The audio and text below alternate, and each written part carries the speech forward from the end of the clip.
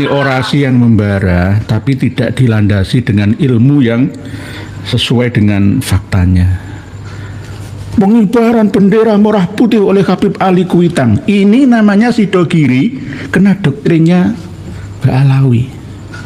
Sejak kapan? Rusaknya umat itu gara-gara rusaknya ulama. Assalamualaikum warahmatullahi wabarakatuh. Bismillah, alhamdulillah, ala ni'amillah, wassalatu wassalamu ala rasulillah, Sayyidina Muhammad ibn Abdullah, wa ala alihi wa sahbihi wa mawalah, la hawla wa la quwata illa billah.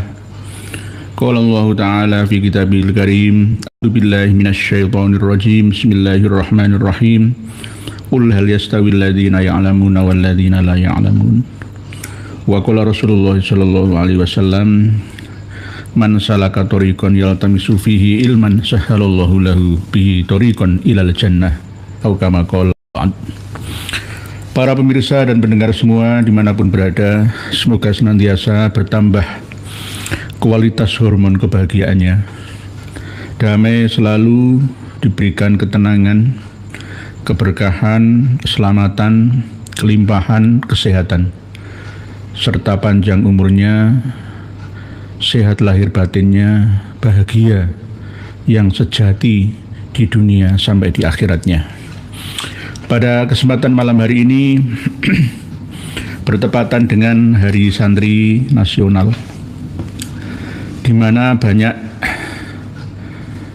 yang melakukan kegiatan dalam memperingati Hari Santri Nasional ini dengan caranya masing-masing.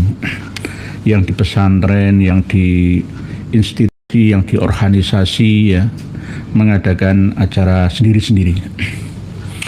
Namun ada yang perlu diperbaiki dalam memahami Hari Santri ini, karena ada pemahaman yang menyimpang, mohon maaf, dari roh memperingati Hari Santri.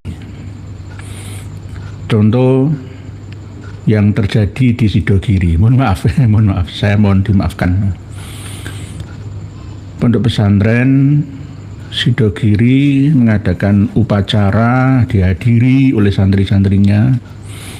Ada orasi ya yang menggelora, tapi salah, berisi propaganda. Ini yang kami sesalkan, ya. Kami setelkan videonya.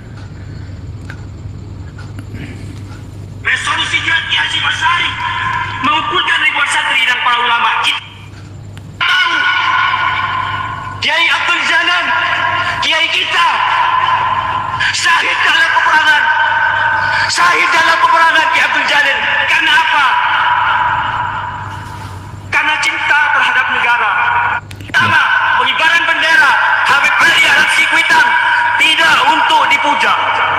Kita tahu Kiai Abdul Janan, Kiai kita, syahid dalam peperangan. Syahid dalam peperangan Kiai Abdul Janan. Karena apa? Karena cinta terhadap negara. Karena cinta terhadap Nah, ini orasi yang membara tapi tidak dilandasi dengan ilmu yang sesuai dengan faktanya. Pengibaran bendera merah putih oleh Habib Ali Kuitang, ini namanya Sidogiri, kena doktrinnya Mbak Alawi. Sejak kapan? Rusaknya umat itu gara-gara rusaknya ulama.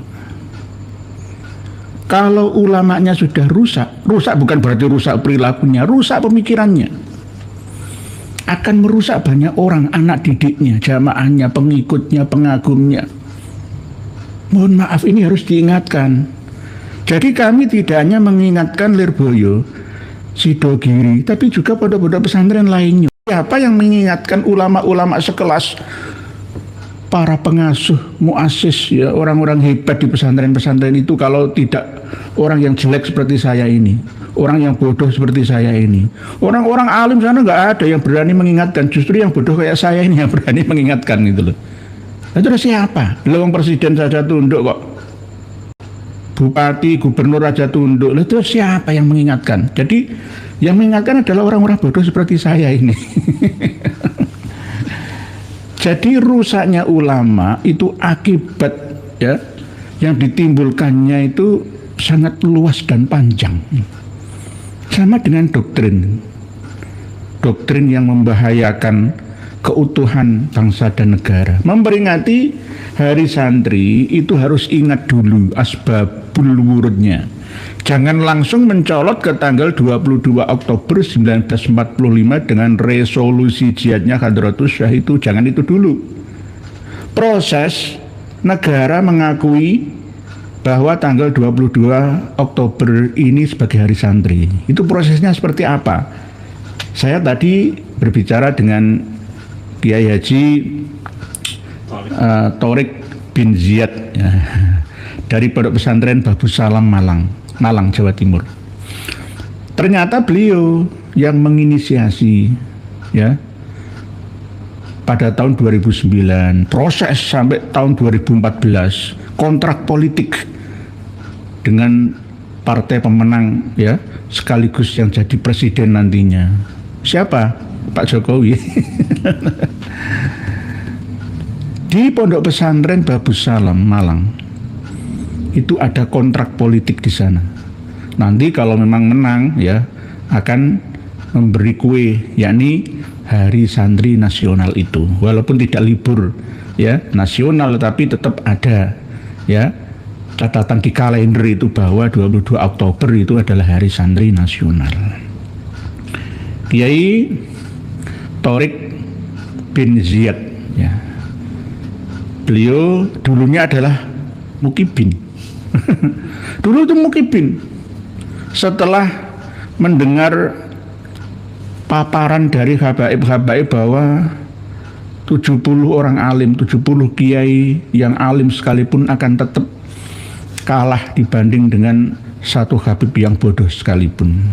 Lalu beliau mencari tahu kok bisa begitu ya. Yang akhirnya Allah memberikan hidayah kepada beliaunya dan akhirnya berjuang bersama dengan kita walaupun di balik layar saja.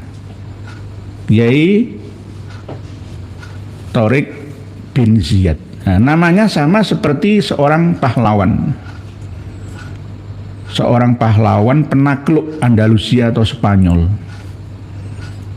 Kelahiran dari suku Barbar Maroko atau Maghrib, yang akhirnya ditunjuk sebagai panglima perang oleh Musa bin Nusair, seorang amir ya yang ada di Aljazair Maroko sana, yang akhirnya melewati selat yang memisahkan antara benua Afrika dan Eropa. Perkiraan panjangnya penyeberangan dari Afrika ke Andalusia ya ke Spanyol itu ya 14,5 kilometer lah panjangnya. Kalau Selat Madura itu cuma berapa? Cuma bentang tengahnya ya paling 5 kilometer ya. 5 kilometer. Kalau Selat Jabal Thorik nih, aslinya itu kalau jenengan mencari informasi tentang Selat Gibraltar ya, aslinya itu bukan Gibraltar. Selat Jabal Thorik. Selat Jabal Thorik berasal dari nama Thorik bin Ziyad, seorang panglima perang dari suku Berber Maroko. Terus berhasil mencapai tepi daratan Eropa. Ada kondisi tanah yang bergunung-gunung, berbukit-bukit lah, itu namanya gunung Jabal Thorik. Lah orang Eropa mengucapkan Thorik itu kan kesulitan, jadi tar itu aja, Gibraltar itu saja. Ya sama dengan Al-Iskandariyah ya Alexandria. Jadi Kiai Thorik bin Ziyad ini orang tuanya dulu ngasih nama tabarukan dari namanya seorang panglima, Thorik bin Ziyad, yang akhirnya memasukkan ajaran Islam ke benua Eropa, dimulai dari Andalusia. Bahkan adanya Alfiah Ibnu Malik itu dari sana juga. Cordoba. Nah, misalkan Buya Qurtubi Jailani, ya Qurtubi aslinya Cordoba itu. Harusnya wawasannya luas seluas kota Madani Islam yang ada di Eropa, harusnya. Al-Qurtubi, ada tafsir Al-Qurtubi juga. Jadi Thariq Ibnu Ziyad. Lah, Kiai Thariq Ibnu Ziyad dari Pondok Pesantren Babus Salam ini merencanakan itu sejak lama. 2009 akhirnya di ACC resmi tahun 2015 yang lalu menjadi HSN itu. Ini asbabul wurudnya. Tapi berdasarkan resolusi jihad tahun 45 22 Oktober di Surabaya, yang menggetarkan ya dan menggerakkan semangat dan hati para pemuda santri-santri yang ada. Tetapi pada kegiatan perang membela kemerdekaan, mempertahankan kemerdekaan ya khususnya yang ada di Surabaya itu ya tidak hanya santri saja. Jadi kalau misalkan Pramudia Anantatur dalam bukunya Revolusi Indonesia tidak mencatat resolusi jihad, itu ya keliru, itu versi beliaunya. Lah, resolusi jihad dari Hadratus Syekh berdasarkan rembukan dengan ulama Jawa dan Madura itu jelas ada datanya dan faktanya, ada manuskripnya. Jenengan buka semua di mesin pencarian internet panjenengan akan ketemu seperti apa teksnya, dan bahkan di teks-teks terakhir itu menerangkan tentang bagaimana bela bangsa dan negara, mengusulkan kepada pemerintah Republik Indonesia untuk mengusir penjajah ya Belanda yang mau berkuasa kembali dengan mendompleng ya sekutu ya Gurkha dan Nica. Ini isi dari resolusi jihadnya Hadratus Syekh Kiai Haji Hasyim Asy'ari. Lalu nyambung sampai 2015 resmi menjadi Hari Santri Nasional. Lah, kalau tidak ada perjuangan ya dari Kiai Thariq bin Ziyad ya ini ya nggak bisa terlaksana. Oleh sebab itu termasuk Pak Jokowi itu ada sisi baiknya. Ya mohon maaf nih, ada sisi baiknya.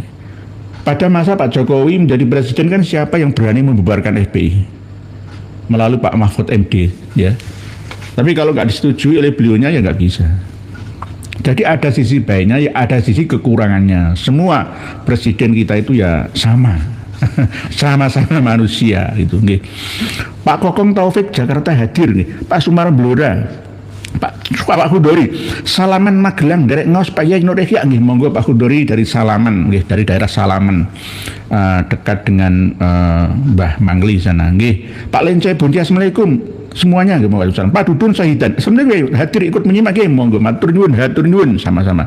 Taruh Kediri hatinya saya Syarif Nur Zaman 171. Assalamualaikum Pak Rono. Jenyimak monggo. Pak Furdiono dereknya sih Waru Gunung hadir ya. Assalamualaikum nggih. Masih banyak yang nyapa-nyapa. Jadi yang ada di belakang saya ini Kiai Thariq bin Ziyad ketemu dengan Kiai Haji Imaduddin Utsman itu waktu di Ngrati Pasuruan 2 tahun atau 2,5 tahun yang lalu. 2,5 tahun yang lalu. Jadi termasuk inisiator yang menginisiasi Hari Santri Nasional. Beliaunya ini kalau dirunut, Kiai Thariq ini sampai ke Kiai Dawud, sampai ke Mbah Sunan Gunung Jati, wallahu alam ya. Tetap kami menasihati jangan mengendalikan keturunan. Nanti lah sama dengan masalah pernasaban ini.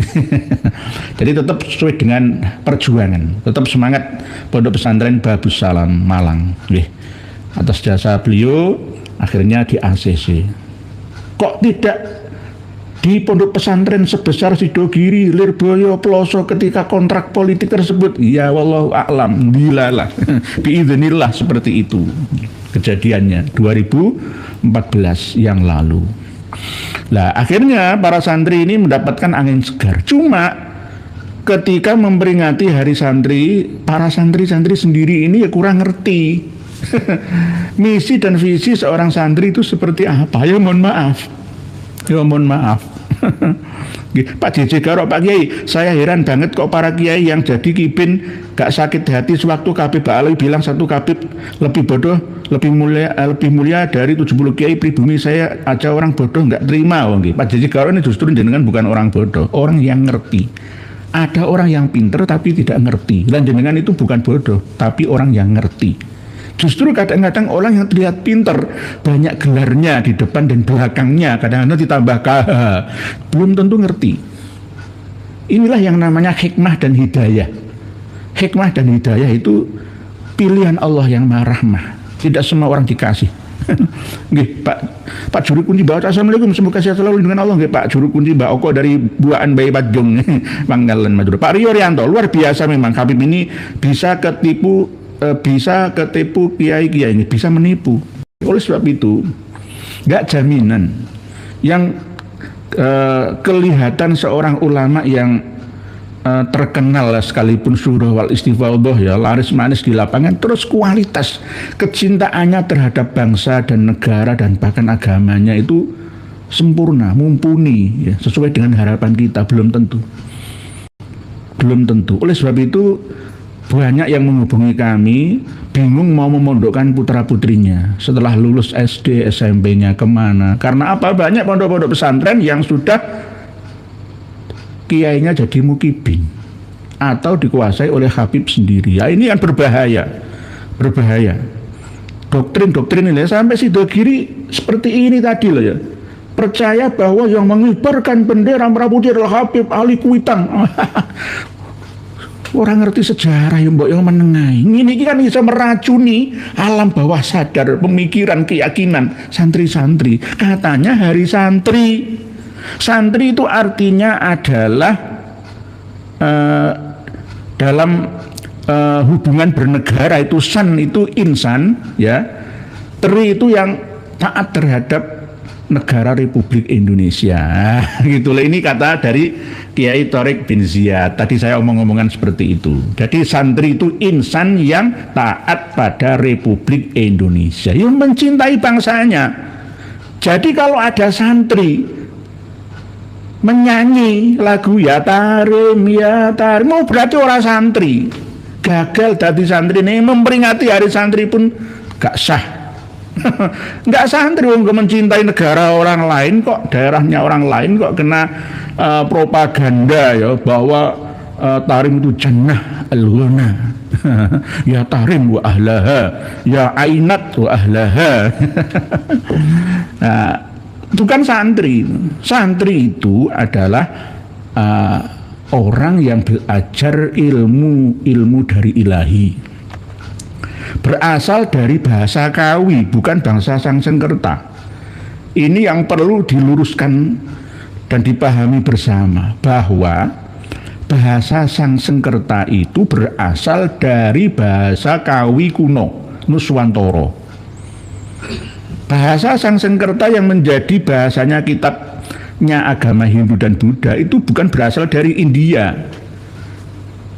Suku asli penghuni tanah Hindustan, India, di sebelah kiri kanannya Sungai Gangga, ya, Sungai Amurdaya, semua itu berasal dari bangsa Dravida. Bahasanya bahasa campuran Indo-Arya. Lah, Arya itu berasal dari kesatria. Dari mana? Dari Nusantara. Nusantara itu mana? Ya Indonesia Raya, ya Malaysia, Brunei, Singapura, dan Thailand, Patani sana. Jadi salah kita memahami kalau Sangsengkerta itu berasal dari India, keliru. Agama Buddha, agama Jaina, agama Sikh, agama Hindu itu bukan berasal dari India. Berasal dari Nusantara, dibawa oleh bangsa Arya, dikembangkan di sana, mewarnai ya budaya suku Dravida, yang akhirnya suku Dravida banyak menggunakan bahasa Indo-Arya, bahasa Asia Selatan. Asia Selatan ya Asia Tenggara, Asia kita ini dulu masih gabung menjadi satu daratan, nggak pisah dengan Selat Malaka dan Laut Kepulauan Natuna, masih nyambung dengan Malaysia dan Baruna. Ini jadi jangan salah paham dalam memahami sejarah kita. Bahasa Sangsengkerta itu berasal dari kita, termasuk diantaranya adalah bahasa santri. Itu santri, orang kita, kebanyakan orang tua-tua kita mengatakan cantrik. Cantrik itu orang atau anak murid yang mendampingi gurunya kemana-mana dengan setia dalam mengajarkan ilmu kasampurnaannya disampaikan kepada umat manusia. Itu namanya cantrik atau santri atau santreh. Akhirnya di Indonesia ini didirikanlah tempat-tempat asrama yang bernama pesantren. Di Kediri itu ada desa pesantren namanya. Ada juga di tempat yang lain namanya santren, santri.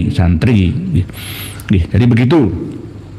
Jadi aslinya Arya itu berasal dari kita. Buktinya mana ya? Arya Wiraraja, Arya Kamandanu, Arya siapa? Bukan Arya sing beling itu, Arya yang memusuhi kita itu bukan. Di Arya Wijaya. Akhirnya sekarang berubah logat menjadi Haryo. Haryo Wicaksono, Haryo Tal dan lain sebagainya. Lah, Gunung Ungaran itu Gunung Arya, kesatria. Jadi suku Indo-Arya itu berasal dari kita, yang mewarnai orang-orang India, Pakistan, Sri Lanka dan Bangladesh, bahkan sampai Iran sana. Indo-Arya, Afghanistan semua. Bahasa Sanskerta akhirnya berkembang menjadi induknya bahasa Yunani, Latin, ya, terus bahasa Slavia, bahasa Inggris itu berasal dari kita sebenarnya. Berasal dari kita. Jadi kita bukan berarti membesar-besarkan nama, ya memang faktanya seperti itu. Teori out of Afrika itu gugur. Sekarang itu teori out of Nusantara. Berdasarkan data dan fakta gitu. Pak Saiful Nafik, makam Winongan harus langsung dilaporkan Presiden Yai. Fakta di lapangan 15 makam pribumi dibuat jalan dan para ahli waris makam juga masih hidup. Warga takut bersuara, nanti urusan dengan hukum yang ruwet nggih. Diperjuangkan oleh kawan-kawan kita dari ahli hukum untuk pra-peradilan. Plus sekalian nanti digelar secara terbuka di meja pengadilan siapa yang akan masuk bui. Hari ini Bupati Pasuruan dan kemarin malam itu juga memperingati Hari Santri dengan sholawatan, tapi nggak ngerti Hari Santri itu sejarahnya dari mana. Tidak hanya dari 22 Oktober 1945 saja, tapi berasal dari Kiai Torek bin Ziyad Babus Salam Malang sana, yang memperjuangkan supaya diakui oleh negara. Berikut perjuangannya Hadratus Syekh dan kiai-kiai lainnya supaya bangkit melawan penjajah Belanda yang mau menduduki kembali, tidak mengakui kemerdekaan kita. Banyak di antara keturunan Arab, khususnya Ba'alawi yang ada, tahun 1984 itu ngurus surat veteran, pernah berjuang pada masa penjajahan Belanda. Termasuk diantaranya adalah Habib Abdullah ya bin Soleh bin Muhsin Al-Hamid Tanggul. Padahal tidak sesuai. Wong lahirnya itu tahun 1928, berjuang tahun 1945, kan umurnya baru 17 tahun.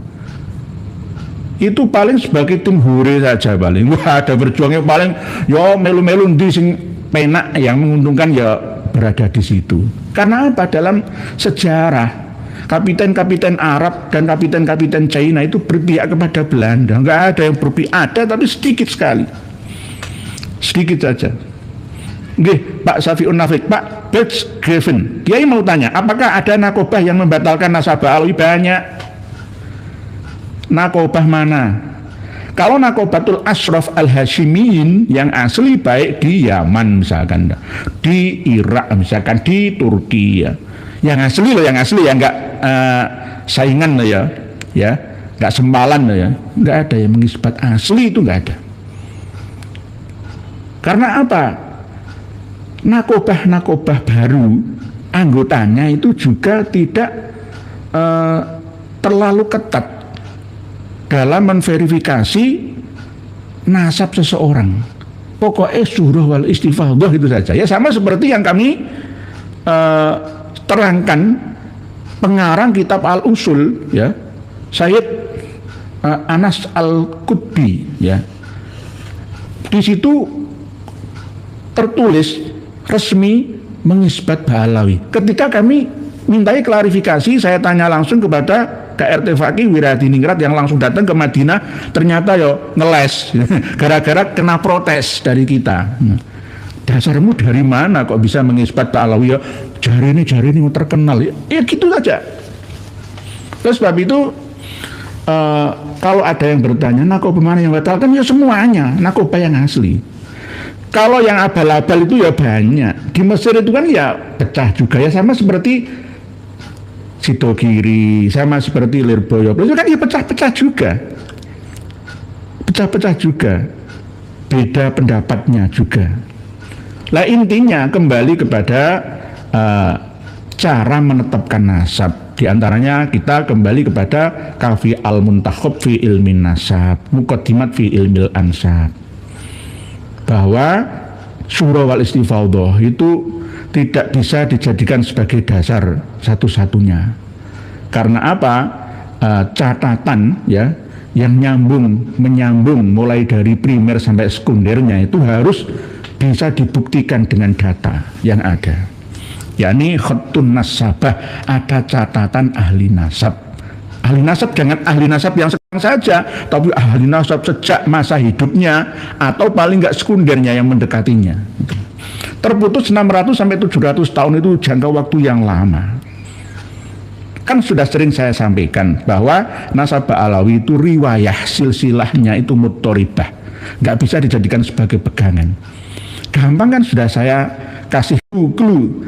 Kalau Yai Imad menantang Robito Alawiyah dengan 12 pertanyaan yang sampai sekarang belum terjawab, kalau saya cuma satu. Katanya surah wal istifadhah. Imam Ali Kholiq Hisam surah wal istifadhah. Wafatnya tahun berapa? Sudah seluruh dunia, mukibinnya, habibnya, semuanya, Naqabatul Ashraf semuanya, nggak akan ada yang bisa menjawab. Bisa tapi mesti ting celonteh gak karu-karuan. 507 Hijriah wafatnya Ali Kholiq Hisam, 522 Hijriah, 527 Hijriah, 529 Hijriah, 724 Hijriah, 729 Hijriah. Satu orang ini mati ini macam-macam ini, itukah surah wal istifadhah? Nggak bisa, nggak bisa. Begitu nggih Pak Bergsgraven, nggih Pak Lincoy Buncay Dusar ya. Pak Saijoro macam-assalamualaikum. Jambi hadir Pak ya nggih, monggo. Siap. Ranggena Aryo Tejo, nggih Aryo Tejo. Jadi Arya itu berasal dari kita. Pusatnya dulu itu kalau di Jawa Timur ada Gunung Pawitro, Penanggungan kalau sekarang. Kalau di Jawa Tengah itu Gunung Ungaran, sebelah selatannya Asem Arang, Semarang. Nah, itu Gunung Arya namanya. Gunung Arya, Gunung Kesatria, ya, Gunung Ungaran sekarang ini namanya. Dancing Enmon, Pak Saiful Nafik, Pak Prabowo sudah tahu, Anda telat beritanya, sudah tahu, sudah. Beliau Pak Prabowo itu cintanya terhadap negerinya itu luar biasa. Semoga saja istiqomah. Hari ini ada pertemuan ya 40 sosok yang diusulkan menjadi pahlawan nasional. Semoga tidak ada Sis Al-Jufri di dalamnya.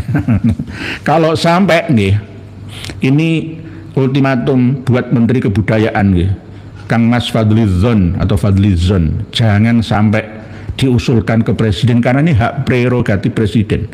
Kalau Presiden meng-ACC berdasarkan usulan dari Menteri Sosial, Menteri Kebudayaan, tidak ada tim ya yang menanganinya. Lalu Pak Presiden kan ya cuma tinggal nanda tangani saja. Sebab itu Pak Prabowo jangan di ACC. Kalau semua di ACC berbahaya. Misalkan ada lagi Menteri Keuangan kita mau menganggarkan APBN untuk membangun pondok pesantren Al-Khazini Buduran Sidoarjo, saya tidak setuju. Kelihatannya bagus ya, saya tidak setuju. Kenapa? Nanti semua pondok pesantren akan minta.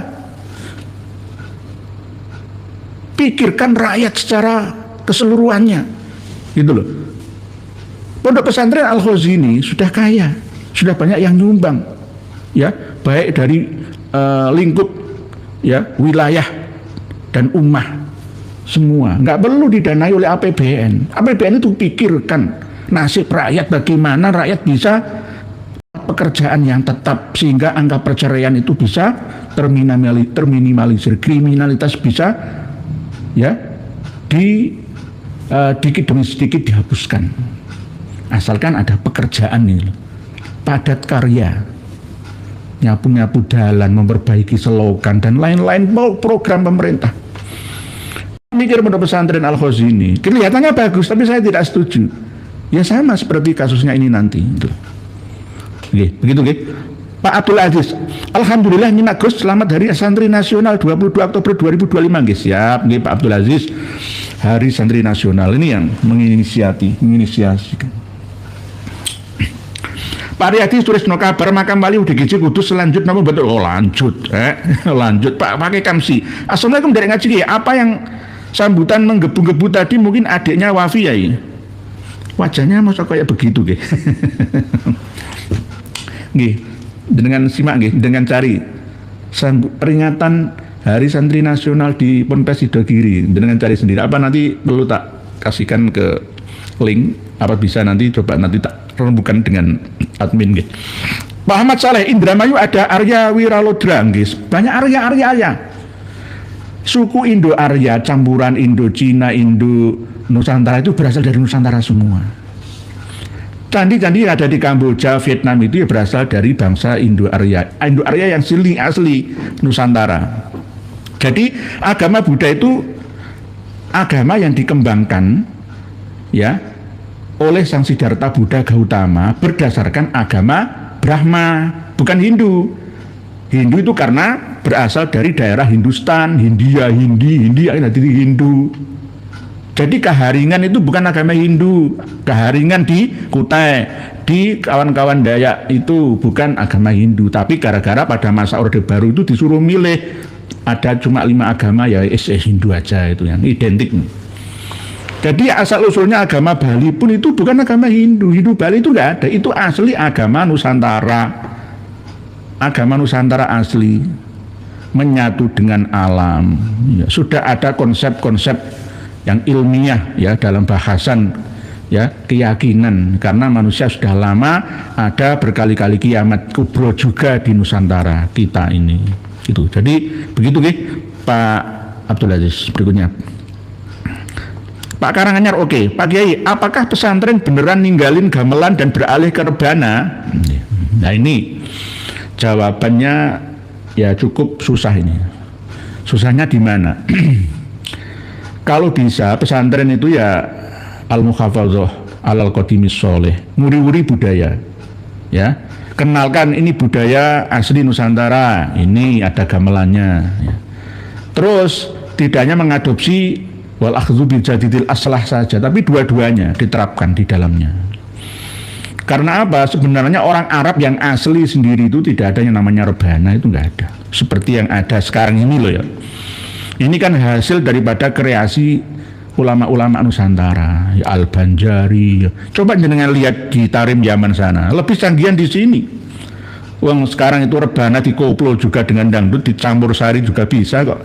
Malah Milaila itu kan malah apa itu yang campuran disco malah, ya. Alamate anang. Waduh, kayak diskotik malah. Ya, tapi anak rebananya juga itu. Jadi kalau bisa jangan terlalu fanatik. Ya, nguri-nguri budaya seperti pondok pesantren Rodotul Fatihahnya Gus Fuad itu ya, ada gamelan sholawatan, ya. Wali Songo dulu itu bukan seperti yang dicatat oleh Salim bin Jindan, ya, kelahiran Surabaya, yang mendirikan Al-Fakhriyah di Jakarta. Itu yang merusak sejarah. Kalau ada yang menuduh Wali Songo kok gonta-ganti jalur nasab ke Ali Al-Uraidi sekarang, dulunya Musa Al-Kadhim, bukan berubah jalur, Gara-gara apa? Sejarah kita ini diobrak-abrik oleh Ba'alawi melalui wong Yahudi jenenge Snogogronya. Itu orang Yahudi asli yang pura-pura masuk Islam ini. Kawan dekatnya Habib Usman bin Yahyo Jakarta gitu. Jadi kita ini dijajah Yahudi, dajalun, kadzabun sama saja. Jadi bukan berubah, kembali ke asalnya. Gitu. Kembali ke asalnya. Itu nggih.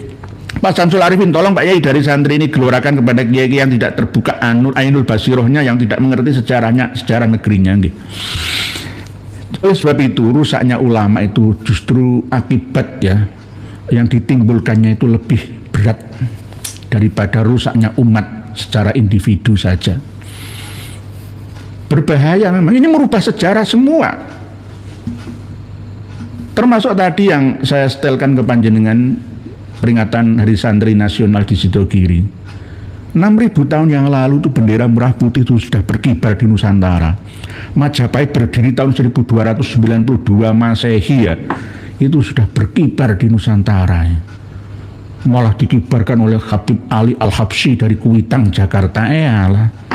Nanti kembali ke Sis Al-Jufri yang usul ke Pak Karno ya, atas dasar rembukan dengan Hadratus Syekh bahwa nanti Indonesia ini benderanya merah putih berdasarkan usulan dari Sayyid Idrus bin Salim Al-Jufri Palu Al-Khairat. Gedabrus. Nah, inilah pentingnya kita ini belajar terus. Banyak kiai atau orang yang mengaku ulama itu sudah puas dengan ilmunya, mentok finish dengan apa yang ia pahami selama ini yang ia dapatkannya. Kiai sepuh pengasuh pondok pesantren besar dijak jalan-jalan ke kotanya para wali, sejuta wali di Tarim sana. Itu bagian daripada indoktrinisasi, menanamkan sugesti dan dogmanisasi kepada alam bawah sadarnya yang akan disampaikan ke para santrinya. Akhirnya santri ya tidak mencintai negerinya, seperti yang diinisiasi oleh Hadratus Syekh Kiai Haji Hasyim Asy'ari 22 Oktober 1945 di Surabaya. Karena apa? Yaitu tadi mencintai negeri lainnya. Ya bukan santri namanya itu. Pak Muhammad, oke, pengaruh dari Yaman dan Taiwan ya, alatnya juga yang kalau bercerita tentang kehebatan Finlandia, Moskow, Tokyo, ya, London, loh, percaya saya. Lu cerita kok membanggakan Tarim itu bagaimana ya? Ini kota kere. 200.000 nyawa melayang perang saudara di Yaman Utara dan Selatan sana masih belum selesai sampai sekarang. Mau ditiru apanya?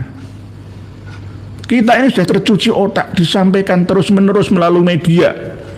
Media berbayar pun berani mereka bayar untuk mengelabui kita, merusak sejarah. Sejarah semua dirusak. Dan ulamanya malah mendukung perusak sejarahnya. Piye to iki? Acur malah.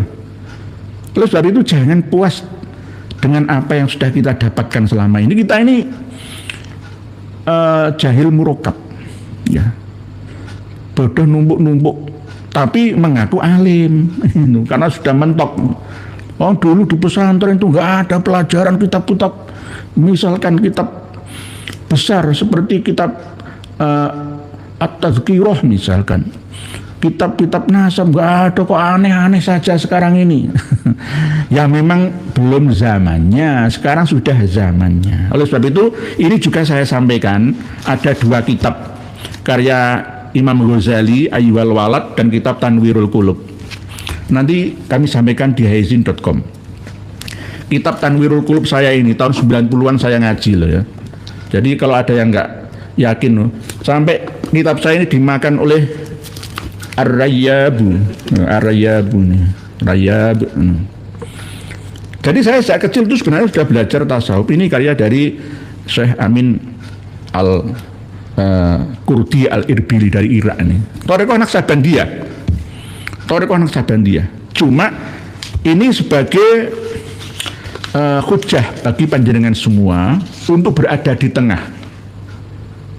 Karena di dalam kitab Tanwirul Qulub ini menerangkan tentang adab antara murid dan mursyid atau guru. Kalau guru melakukan haram sekalipun, murid tidak boleh bertanya atau protes, harus diam saja. Ini di dalam kitab Tanwirul Qulub ya. Di hezin.com sudah kami sertakan, tapi yang versi PDF ini, yang versi kitabnya para yai, dibuka halaman 528. Halaman 528 kitab Tanwirul Qulub ini kitab Thariqah Naqsabandiyah. Berisi kajian tentang fikih, tauhid dan tasawuf. Faslun fi adabil muridi ma'asyaikhihi. Fasal yang menerangkan tentang adab murid terhadap gurunya. Langsung saya sampaikan, wa minha, dan diantaranya Allah ya'taridu alaihi fima fa'alahu walau kana zahiruhu haraman. Ini berbahaya. Walaupun guru kita itu melakukan hal yang haram misalkan ya, kita nggak boleh menentangnya, nggak boleh mengingatkannya. Ini berbahaya. Berbeda dengan kitab Ayyuhal Waladnya Imam Al-Ghazali. Kalau Imam Ghazali opsional, profesional dan objektif. Jangan buka halaman 53 dan sampai 54. Ya, saya ulangi lagi yang di dalam kitab Tanwirul Qulub. Tanwirul Qulub itu menerangkan hati-hati supaya terang. Tanwir madani, hati-hati, padang hati. Allah taridhu alaihi fima wa min halan iku setengah sangking adab. Allah ya taridhu ing yen to orang kelawan, ora angas, ora nentang sapa murid alaihi ing atase syekh. Fima ing dalam perilaku fa'alahu kang kelakoni sapa syekh ing ma. Walau kana lan senajan ono apa fiil ya, walau kana lan senajan ono apa zahiruhu jabone zahire fiil iku haraman haram. Jadi kalau guru kita minuman keras itu kita tidak boleh membantah ya atau melawannya, menentangnya, itu nggak boleh. Di dalam Tanwirul Qulub ini mengkiaskan antara Nabi Musa dengan Nabi Khidir ya. Ini dijelaskan pada baris berikutnya di bawahnya. Wala yakula lima fa'alta kada. Jadi takok wae guru, kenapa jenengan melakukan ini? Seperti Nabi Musa misalkan, hei Nabi Khidir, kenapa engkau bunuh anak kecil ini? Hei Nabi Khidir, kenapa engkau lobangi perahu ini? Itu nggak boleh. Ya, ini akan menumpulkan otak, akal sehat kita. Jadi kalau menurut saya jangan terlalu mengikuti Tanwirul Qulub ini. Karena apa? Zamannya beda. Kalau semuanya seperti ini ya seperti afala tatafakkarun, afala ta'qirun, fa'tabiru ya ulil absar dan lainnya. Untuk apa Qur'annya? Ya sama dengan dibuang saja di belakang punggung kita lah. Gitu. Jadi ini walau kana zahiruhu haraman. Oleh sebab itu, ketika kita belajar kitab Ta'limul Muta'alim, ya kitab Adab Ayyuhal Walad dan kitab-kitab panduan murid terhadap mursyid, ya tilmid terhadap syekhnya, ustadznya, itu harus diseimbangkan. Nggak boleh hanya berpegang teguh pada salah satu kitab saja. Nah, ini dijelaskan oleh Imam Ghazali dalam Ayyuhal Walad. Ada keterangan ini, wa alaika an tuwaqqirahu wa tu'zimahu lillahi ta'ala madama yahfazu amrallahi ta'ala. Nah, ini madama yahfazu amrallahi ta'ala, selagi guru kita itu menjaga apa yang diperintahkan oleh Allah Ta'ala. Terus wala yajlisa ma'ahu, dan tidak boleh duduk di depannya guru kita atau kiai atau ulama atau syekh mursyid kita. Jadi kalau Imam Ghazali ini lebih objektif ya daripada Syekh Amin ya Al-Qurdi, Al-Irbili, Al-Iraqi ini. Nah, ini kan harus kita seimbangkan. Kalau nggak begitu nanti ya sama seperti doktrin-doktrin yang ada di pesantren itu. Nanti akal sehat santri tidak berkembang, otaknya tumpul karena ketakutan. Disamakan seperti peristiwa Nabi Musa dan Nabi Khidir. Nah, ini bisa berbahaya. Akan tasabuh tidak ada bedanya antara halal dan haram. Kalau kita merujuk pada kitab-kitab yang membahas tentang adab murid ma'asyaihihi, ya, dan panduan cara memperoleh ilmu yang bermanfaat seperti ayyuhal walad ini, maka kita akan bisa memilih dan memilah. Seorang guru, misalkan ada penceramah ngata-ngatai orang itu babi, anjing, wah itu sudah gugur, tidak sah menjadi syekh, tidak sah menjadi syekh, tidak sah menjadi guru. Karena apa? Nggak bisa ditiru. Jadi kalau misalkan ya saya Bloko Suto apa adanya, ada guru yang biasa menipu, itu sudah gugur, nggak boleh dijadikan sebagai guru panutan, berbahaya. Coba bayangkan, Dik Rizik Syihab, Dik Bahar, Misuh, wah kandang kebo semua keluar sekebun binatang, kok dijadikan guru? Lah jamaahnya mau jadi apa, muridnya mau jadi apa, mukibinnya mau seperti apa, ya lebih rusak dari gurunya. Jadi kalau kita ngomong, ngelakoni amal apapun itu harus ada dasar tuntunannya, harus ada ilmunya. Kalau nggak ada ilmunya, ngawur saja, tinggalkan saja. Ya, jangan ditiru, itu rusak akalnya, rusak lisannya, rusak amalnya. Jadi nggak sah dianggap sebagai syekh, dianggap sebagai ustadz atau ulama atau guru ngaji atau kiai atau bunyai, tidak sah. Jadi banyak ulama yang sekarang ini tuh ngulama, macak ulama, bukan ulama yang sebenarnya. Oleh sebab itu kita harus berhati-hati. Ibu Siti Kuisah, Assalamualaikum warahmatullahi wabarakatuh. Pak Kiai, saya melihat di YouTube TV Al-Waha ada kesaksian LBI mendatangkan orang-orang dari Yaman terus dijadikan WNI dan rumah LBI untuk nampung orang-orang tersebut. Terus ini gimana? Saya sudah tahu lama sebenarnya, cuma saya diam saja karena data masih belum di tangan saya. Saya tidak ingin menambah dosa dalam lisan saya, karena saya ini hanya mencari ridho Allah Ta'ala, pahala. Lah, kalau TV Al-Waha, Ustadz Bahrul ya, menyampaikannya, ya mungkin beliau sudah punya data. Kalau saya masih belum punya data, cuma secara haliyah, penyelidikan saya, sudah lama saya tahu tentang peristiwa ini, Bu Siti Kuisah. Oleh sebab itu ini peran dari Dinas BIN ya, intelijen. Kita harus benar-benar aktif dalam rangka membentengi bangsa dan negara. Nanti seperti yang terjadi di Pantai Indah Kapuk sana, orang-orang Cina dapat KTP ganda, bisa WNA, bisa WNI, kita berbahaya. Jadi kami ini tidak menyerang personal, nama-nama, sosok individu, tidak pribadi, tidak, tapi demi bangsa dan negara. Teritorial kita ini harus dan wajib kita amankan bersama, ya. Jangan sampai keadilan sosial ini tidak merata. Sama seperti layaknya kehidupan yang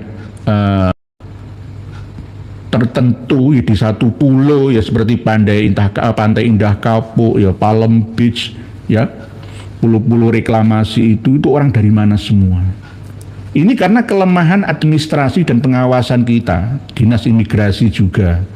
Jadi jangan sampai wis pokoknya wong Arab, pakaian Arab masuk Indonesia di husnudzoni saja, nggak bisa, itu merusak kok, malah merusak. Kelihatannya membawa masalah, tapi justru membawa mafsadah, itu faktanya. Nih. Berikutnya Pak Ding It Ding Sing En Mun yang diganti itu bukan yang di Semarang kan? Ya, Pak Heri iya. Ingin ngakak takut dosa. Lihat lama-lama para mukibin sekarang sudah kehabisan akal sehat, apalagi bukti konkret argumen. Untuk buktikan nasabnya nyambung ke Nabi Muhammad, nggak akan bisa. Saya nggak sombong. Siapa yang berani menyelenggarakan debat terbuka secara nasional diliput oleh semua media? Ayo silahkan. Bantahan perlawanan dari kawan-kawan yang kemarin itu membuat satu buku, dua buku, mulai dari Dek Hanif sampai rombongan yang ada di RA itu, Pak Alawi nyambung nasabnya sampai Kanjeng Nabi, nggak ada gunanya. Karena apa? Nggak nyambung.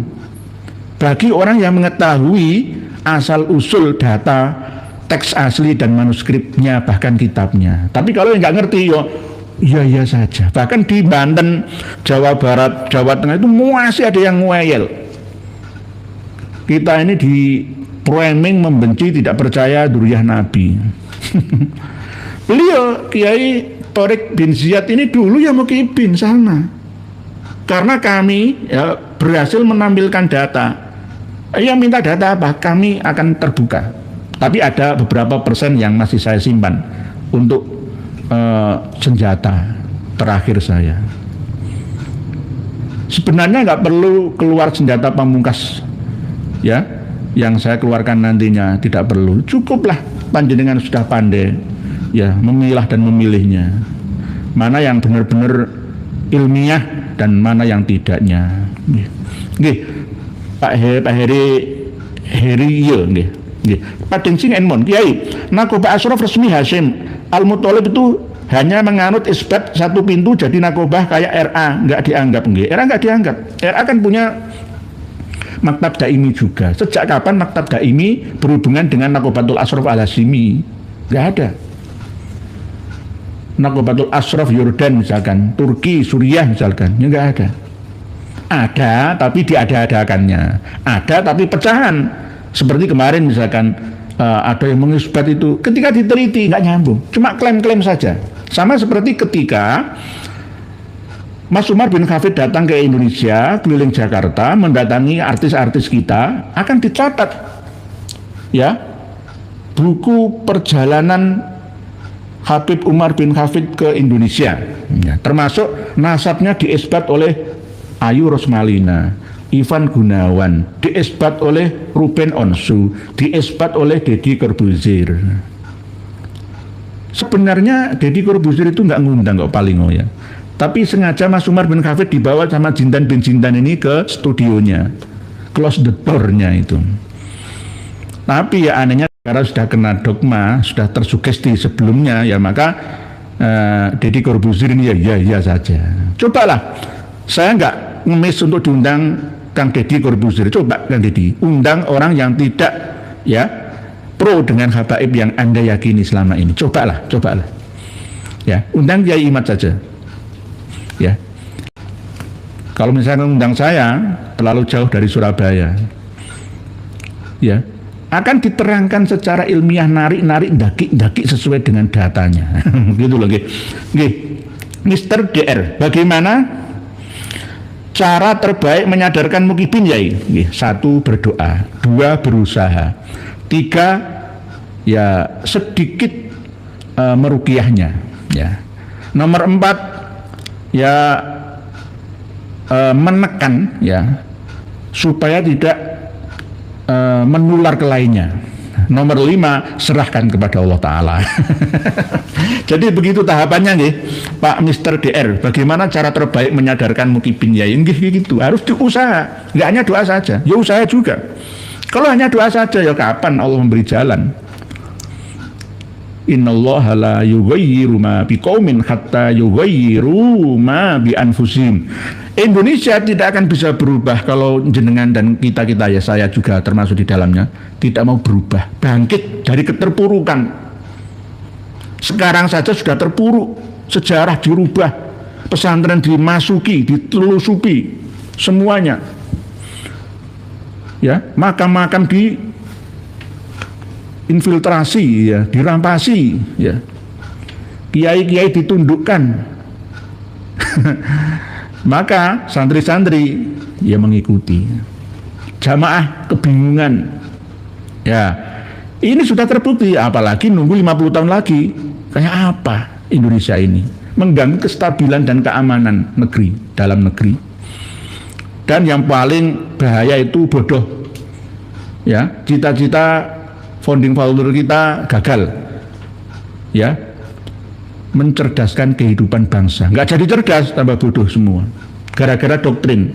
Dan yang paling fatal adalah Islam ini akan dijauhi oleh penduduk Indonesia gara-gara disebarkan dengan cara yang jahiliyah, disampaikan dengan trik khurafah, ya. tidak ilmiah, yang akhirnya Islam itu dikatakan sebagai agama akidah ya, tapi penuh dengan siasah. Nah ini yang akhirnya mencoreng nama baik agama kita sendiri. Oleh sebab itu jangan dibiarkan tahapan 5 ini harus diterapkan. Pak Muhammad Thohir, waalaikumsalam. Berikutnya Pak Joko Nur dari Tangerang. Joko Nur, semoga Allah Subhanahu wa taala memberikan kesehatan dan keselamatan kepada kita. Amin. Matur suwun Pak Joko Nur. Pak Joy pakai logika. Nakobah mana yang membatalkan Ba'alawi sebagai budaya Nabi banyak? Lawang yang aku juga ada. Nggih, karena apa?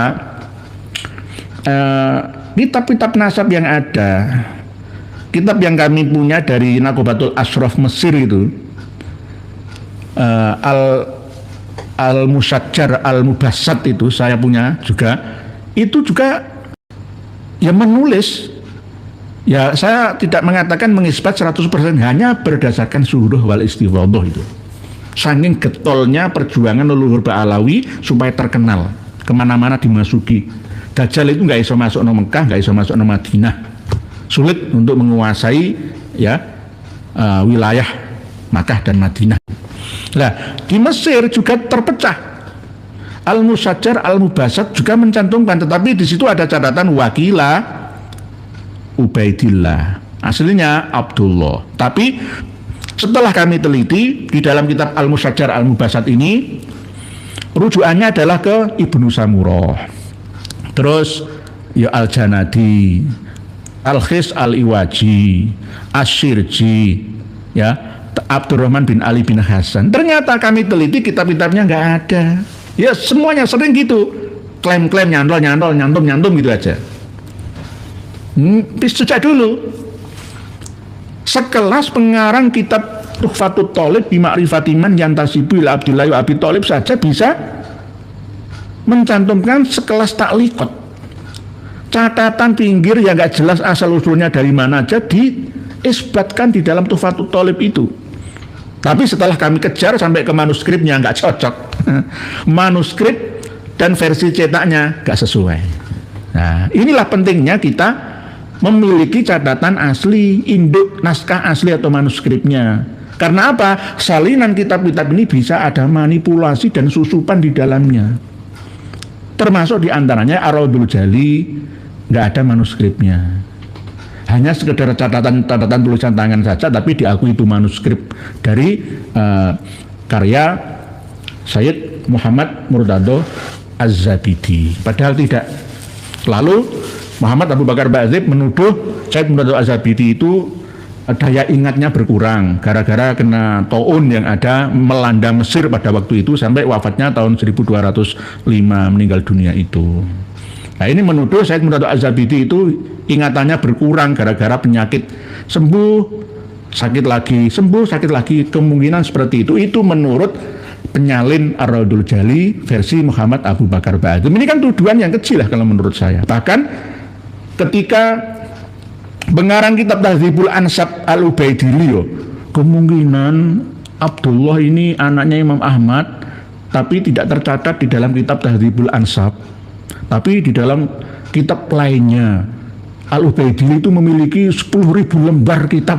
Nah kitabnya mana? Nggak ada. Itu cuma klaim-klaim saja. Begitu terus. Bahkan akhir-akhir ini Muhammad bin Abu Bakar Ba'adzib itu malah berpihak ke Ba'alawi. Lawang marga Ba'adzib itu lebih tinggi dari Ba'alawi, kok malah justru merendahkan diri, ya, di posisi terendah serendah-rendahnya dari Ba'alawi. Lah ini keilmuan seseorang itu teruji di sini nih loh. Sama dengan ketika di Indonesia, kiai alim alama, profesor, kok membela Ba'alawi, ajur. Tafsir, ya, seorang mufassir dari kalangan Ba'alawi, seorang profesor, jenengan tahu sendiri marganya apa? Syihab mengatakan kulla as'alukum alaihi ajran illal mawaddata fil qurba. Menafsirnya seperti apa? Sesuai dengan keinginannya, kepentingannya. Hai Muhammad, katakan la as'alukum alaihi ajran illal mawaddata fil qurba. Aku berdakwah ini tidak minta upah apa-apa kecuali supaya kalian menghormati, menyayangi anak cucuku. Nggak ada. Tafsir mana cari nggak akan pernah ada, kecuali wakilah-wakilah itu.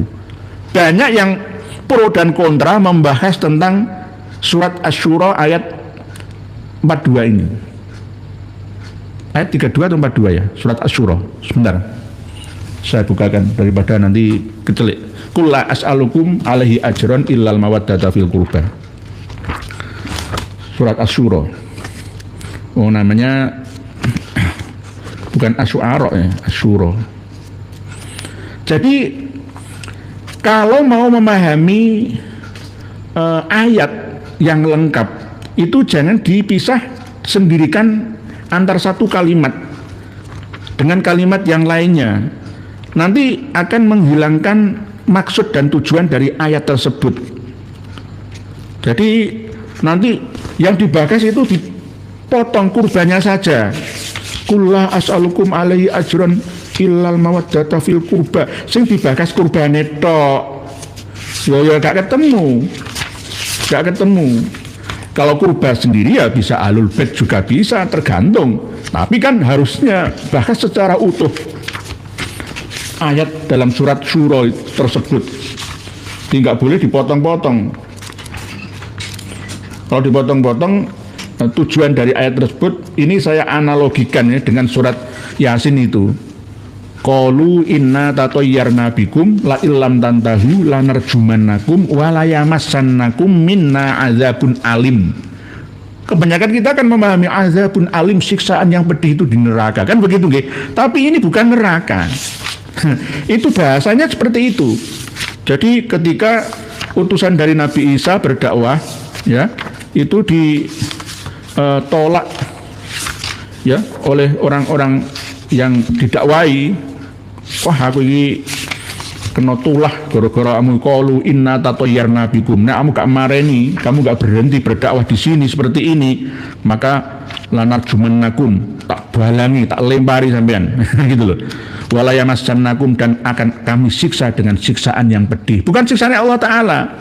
Kalau dipotong hanya azabun alim saja, ya siksaan neraka. Ya sama seperti kurba. Kurba yang dimaksud di sini adalah hubungan kekerabatan antara Rasulullah dengan suku-suku Quraisy yang ada. Jadi karena saking sayangnya saya terhadap saudara saya di Madura, karena saya dengan Madura itu ada hubungan saudara leluhurnya, maka saya berdakwah di Madura itu tidak mencari uang, minta ganjaran, minta balasan, minta tunjangan, tapi karena kurba, hubungan dengan kawan-kawan, itu perseduluran gitu loh. Nah, gitu.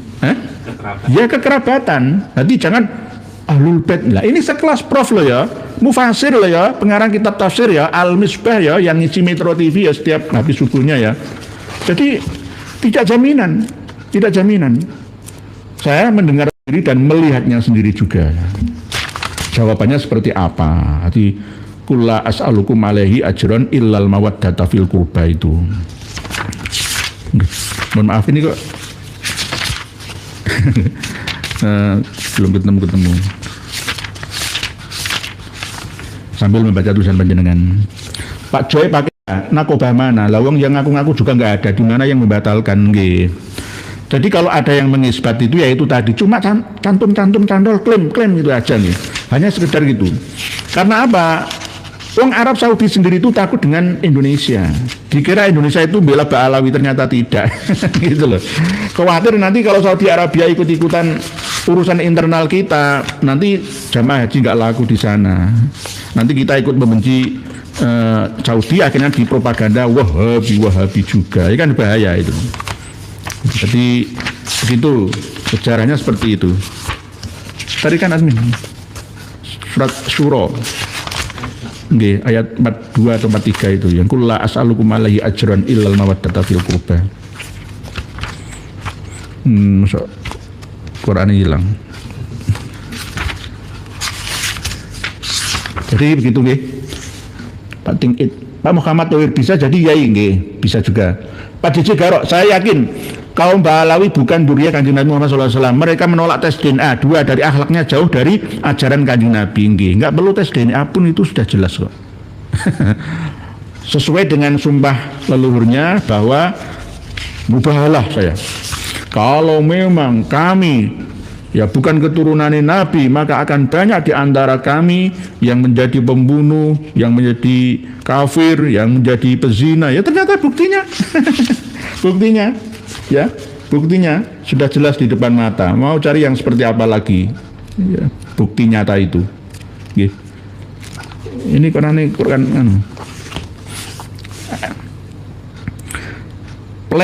Penbas. Saya ada rencana memondokkan anak ke langitan juga. Semoga tahun depan terlaksana. Salam dari Pontianak, Bang Kang Brot. Langitan ini sebenarnya ya mukibin juga, karena sering dimasuki oleh Habib-Habib pada waktu acara. Yang Quran sedikit. Kalau mau cari secara manual itu sulit, cari di googling aja. Sekarang itu cuma nggak boleh mengandalkan IA atau googling saja, harus ada pembanding yang lebih utama. Gitu nggih. Kalau bisa ya nggih, saya nggak ngompor-ngompori nggih. Jangan pondokkan anak putra putri kita di pondok Ba'alawi ataupun yang mukibin. Ya, mohon maaf itu hak panjenengan. Saya kembalikan ke panjenengan juga. Pak Kodrat, jangan lupa para santri dan tiap-tiap pondok pesantrennya turut serta juga menghormati hari-hari besar dan bersejarah yang diperingati di negeri Nusantara ini. Nggih, ya harus. Pesantren upacara bendera ya juga, besok Sumpah Pemuda itu loh 28 ya, sepekan lagi itu saya juga upacara Sumpah Pemuda tapi Sumpah Pemuda Indonesia ya, Sumpah Pemuda ini. Kalau Sumpah Pemudanya orang Arab tahun 1932 itu beda.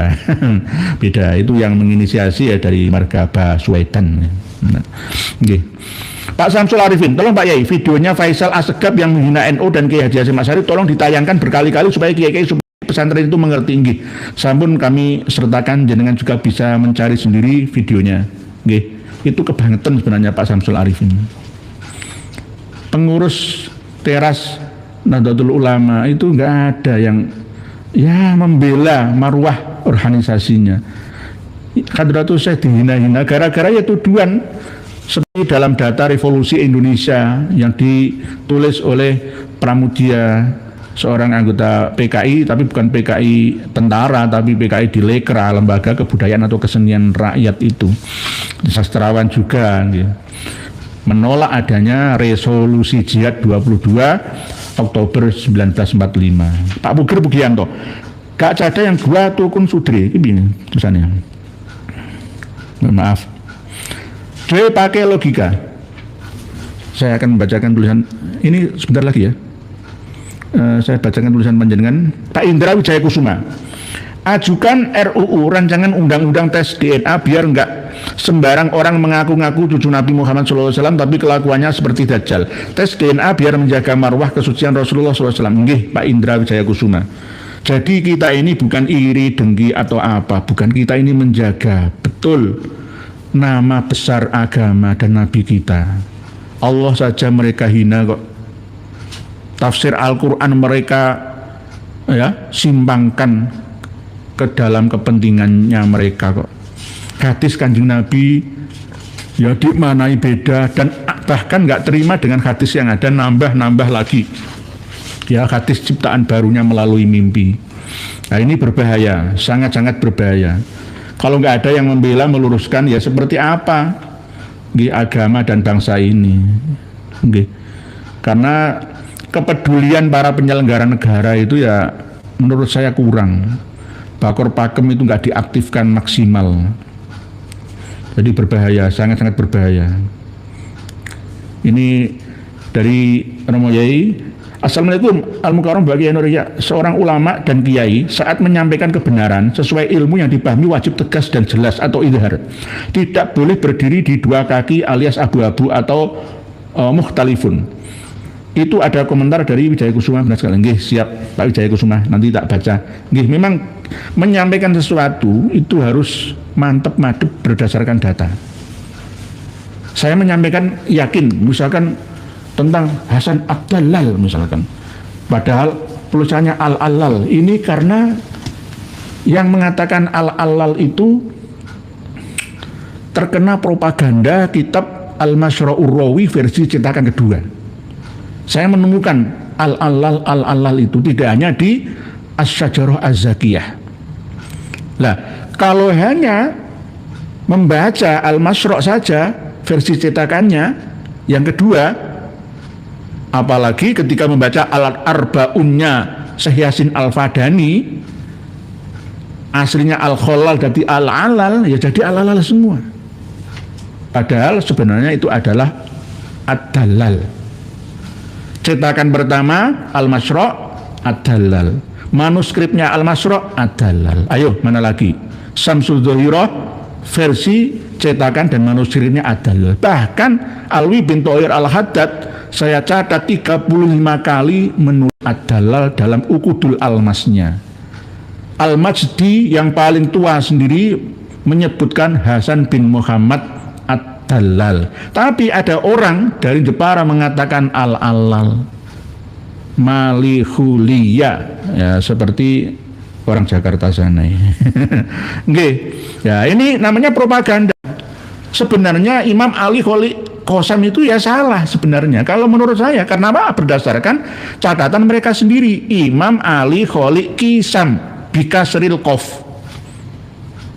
Bikasril qaf diterangkan bikasril qaf dengan dikasroh qafnya. Qisam, qi, bukan gazam, bukan. Tapi surah Al-Istifadhah di mana saja itu Ali Kholiq Qasam. Ya terserahlah, sebagai tujuannya ya ikulah. Dilalai akan seperti itu. Nggih. Begitu, nggih. Pak Rokok Jose, hidup ulama kiai tokoh Nusantara, bebaskan negeri ini dari khurafat dan nggih. Kang Brot, nggih. Nah, tadi surat Asy-Syura ayat 23. Oh nggih, ya ini loh pentingnya. Ini namanya ngilmu. Tadi kan kira-kira, tapi ayatnya saya hafal. Cuma ayatnya ini ayat 23 surat Asy-Syura. A'udzubillahi minasyaitonirrajim. Bismillahirrahmanirrahim. Dzalikal ladzi yubashshirullahu 'ibadahu alladzina amanu wa 'amilus shalihat. Qul la as'alukum 'alaihi ajran illa al-mawaddata fil qurba wa man yaqtarif hasanatan nazid lahu fiha husna innallaha ghafurun syakur. Ayat 23 surat Asy-Syura. Jadi kurba itu kerabat, hubungan kekerabatan. Bukan saya pernah mendengar dari para penceramah khutbah Jumat dari kalangan mukibin ya, kiai-kiai ya begitu seperti Prof pengarang Al-Misbah itu. Ya itu, wah, kita wajib menghormati para habib Ahlul Bait cucu Nabi karena di dalam Al-Qur'an kulla as'alukum alaihi ajran illal mawaddata fil qurba. Quran aja dirubah maksudnya, tafsirnya. Berani-beraninya mereka, apalagi hadis Nabi, apalagi nipu panjenengan semua, lah enteng. Wong nipu Gusti Allah saja mereka berani kok. Menipu Rasulullah aja mengatasnamakan Kanjeng Nabi berani kok. Nggih, agama apa ini ya? Nah itu. Nggih, Bu Sanjeta. Assalamualaikum warahmatullahi wabarakatuh. Tentang hafid Quran dan benarkah kabar bahwa seorang hafid akan memakaikan mahkota kepada kedua orang tuanya kelak di surga? Adakah dalilnya? Bagaimana dengan hafid yang membunuh seorang sahabat Nabi? Nah, hafid itu kan macam-macam, Bu Sanjeta. Jenengan apal surat Qul huwallahu ahad Allahus samad lam yalid wa lam yulad wa lam yakul lahu kufuwan ahad, jenengan ya hafizah. Bukan hafizatul Quran 30 juz'an ya, bukan. Tapi apal Quran. Kan begitu kan? Surat Al-Ikhlas kan ya Quran kan? Apalagi jenengan membaca surat Al-Ikhlas 3 kali sama dengan mengkhatamkan Al-Quran 30 juz. Berarti jenengan ya hafizul Quran. Kan begitu. Jadi maksud hafid itu sesuai dengan istilah kebiasaan bahwa ya apal 30 juz kan begitu nggih. Lah, apakah hafid atau hafizatul Quran itu nanti di surga akan memakan mahkota kepada kedua? Itu kiasan. Dalam arti orang tua itu puas, bahagia. Walaupun orang tuanya ini bekerja di disc joki ya, di diskotik, tapi anaknya dipondokkan ya. seburuk apapun orang tua ingin anaknya soleh dan solehah. Ya, kan ada berita itu, gitu. Lah itu seandainya anaknya hafidh, orang tuanya itu bangga, gitu loh. Bangga, merasa seperti raja punya mahkota, gitu loh. Wah, oh bahagia ya bangga. Anak saya lo hafal Quran. Nah itu maksudnya. Jadi tapi hafal Quran saja nggak cukup. Harus tahu artinya, mengimplementasikannya ke dalam kehidupan, gerak kehidupannya. Loh, Yusuf Mansur gak hafal Quran? Yang suaminya mu'alaf dari Korea itu gak hafal Quran? Hafizah ya? Gak jaminan. Abdurrahman bin Muljam itu yang membunuh Sayyidina Ali karamallahu wajhah. Salat tahajudnya ya. Kemungkinan Imam Samudra, Ali Amrozi, Ali Imran itu ya juga ya hafal Quran, sebagian Quran. Ya, Ali Azhari itu yang nanti gawa Quran nih, nang penjara yang gawa Quran nih. Gak jaminan. Mohon maaf, nggih Bu Zanjeta, gak jaminan. Yang dimaksudkan dengan menghafid Al-Quran di sini adalah hafid selain hafal tapi juga menjaga hafalannya. Hidupnya itu Qurani, lesannya juga Qurani, ya, pemikirannya Qurani, amaliyah perbuatannya ya Qurani, gitu loh. Aslinya itu seperti itulah, itu baru benar-benar sesuai dengan ini. Nggak hadis sahih kok, walaupun Albani itu dalam mensahihkan, menghasankan ya hadis ini, tapi di dalam hadis yang sahih itu nggak begitu. Khairukum man ta'allamal Qur'ana wa 'allamah. Yang benar itu. Kalau yang lainnya itu riwayatnya tidak sahih, tapi hasan itu saja, ya. Jadi begitu nggih Bu Zainzeta. Jadi orang tuanya kelak di surga ya bangga, bahagia, gitu saja. Tapi ya tidak cukup lah. Oleh sebab itu kadang-kadang kalau kita membodohkan anak ya di tahfidz saja itu nggak bagus. Harus dikembangkan, harus kitab-kitabnya, wawasan keagamaan dan umumnya juga. Harusnya hafidhul Quran itu semuanya ahli nuklir, ya. Ilmu dan teknologi juga dikuasai, ilmu pertanian, ya semuanya.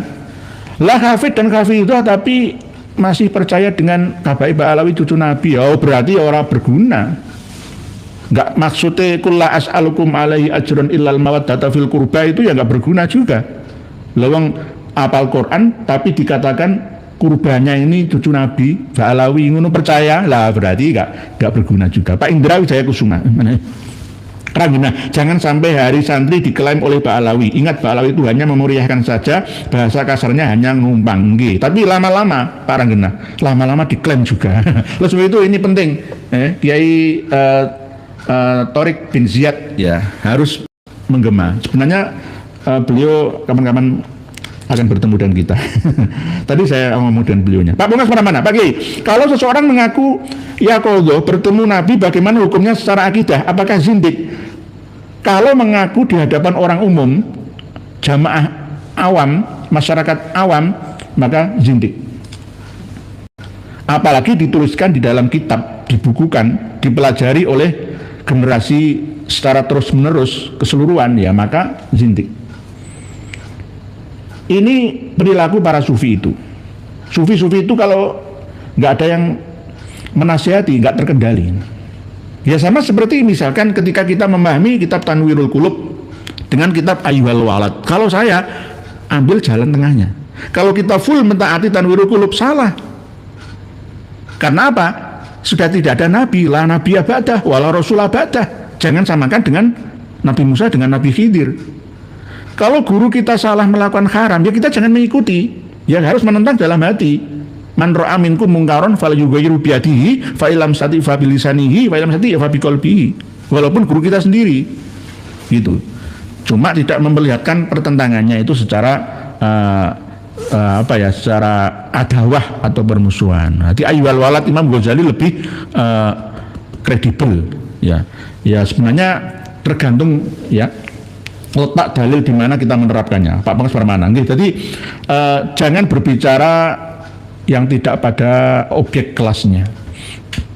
Bercerita, saya demi Allah bertemu dengan Rasulullah, ya qadha, demi Allah. Di jok belakang mobil, kadang di sofa saya, kadang di kamar saya, demi Allah. sumpah demi Allah untuk meyakinkan masyarakat untuk percaya. Nanti ujung-ujungnya duit. Pak Jai, sebenarnya Nabi itu istrinya berapa toh? Kok berversi 18. Tapi orang mengenal cuma 11 dan 12. 18. Kemarin kan sudah saya sampaikan ketika kami membahas tentang Sayyidah Aisyah itu radhiyallahu anha. Sudah saya sampaikan. Nitanya sudah saya sampaikan. Kang Brot, assalamualaikum. Imak sekarang monggo Kang Brot. Kusuma. Assalamualaikum. Ketua PBNU saat ini sedang kasak kusuk cari dukungan. Oleh sebab itu kita jangan terpancing. Santri-santri rata-rata kan lugu dan lucu-lucu ya. Demo, tak santet macam-macam ya. Ini juga bisa peralihan isu. Lebih ya penyelidikan dana haji kok hilang nih piye ta. No viral, no justice, no viral, no justice, no viral, no justice. Nggih, piye to iki? Nggih, jadi ketua PBNU ya salah, bener itu. Nggih, jadi kalau salah ya enggak usah nyalon lagi lah. Ganti Yai Marzuki Mustamar atau ganti saya saja. Ketua PBNU saya, NU akan melesat ya peradabannya. Abad kedua ini semakin hebatnya dalam pergaulannya seluruh dunia. Karena sing dukung nih menang aku. Okay. Jadi Pak Pring Putul, Pak Haris Prasetyo Effendi, Pak Fikri Channel, assalamualaikum, banyak alumni pesantren yang kemarin viral gara-gara Pak Toto Bagoskoro dan lain-lain. Masya Allah, subhanallah, banyak tulisan panjenengan. Terima kasih atas komentar tulisan yang jenengan sampaikan. Semuanya walaupun belum terbacakan, tetap mendapatkan pahala dari Allah sesuai dengan huruf. Pak Rio Irianto, banyak ulama yang berpikiran sempit dan kurang wawasan. Zamannya Pak Ahmad Ramzan, rakyat Nusantara disuruh cinta ke Tarim, sedangkan orang Tarim pengen Nusantara jadi milik mereka. Disuruh milih itu, aku gak gelem. Jika urip nang Tarim gak gelem. Negaraku ya surga, rumahku adalah surgaku, Nusantaraku ya surgaku. Kesimpulan dari pertemuan kajian kita malam hari ini adalah bahwa inisiator Hari Santri Nasional ini, Kiai Thorik bin Ziyad dari Babus Salam, Pesantren Babus Salam Malang, mendukung penelitian nasab ini. Walaupun dulunya Mukibin, karena kita ini lebih logis lah, ya, lebih terbuka, nggak ada yang ditutup-tutupi. Apalagi kita memberi contoh. Di antara kita waktu ceramah, mosok misuh-misuh, nggak ada kan ya? Musuh, babi, wancing, nggak pernah kan ya. Ini bagian daripada menerapkan kitab akhlak. Penelitian nasab beliau mendukung. Saya tadi sudah ngomong-ngomong mendukung. Saya tanya lagi, saya tandaskan. Istiqomah Yai, istiqomah, mendukung. Mendukung. Semoga istiqomah ila yaumil qiyamah. Jadi Kiai Thorik bin Ziyad nyimak beliau dalam setiap live streaming kami ini.